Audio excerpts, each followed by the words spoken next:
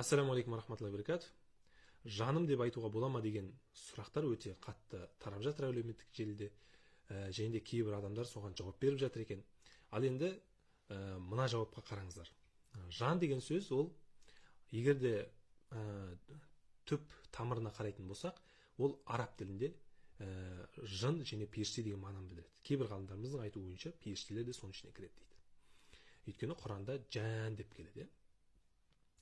Ал енді біздің қазақ тіліне қарайтын болсақ, біздің қазақ тілімізде жан деген сөз ол рух деген мағынаны білдіреді.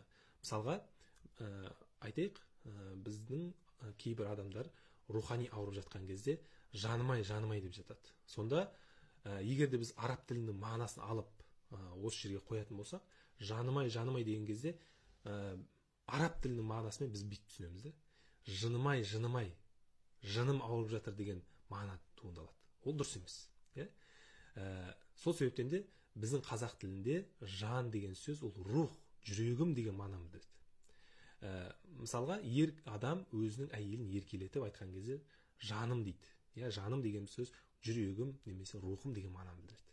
Мысалға, орыстарда моя душа деп еркелетіп жатады.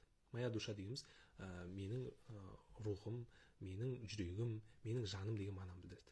Сол себептен де біз бұл жақта ажыратып білуіміз керек. Арабтар бұл сөзді жын және періште деген сөзге қолданатын болса, ал қазақтар бұл сөзді рух деген немесе жүрек деген сөзге қолданады.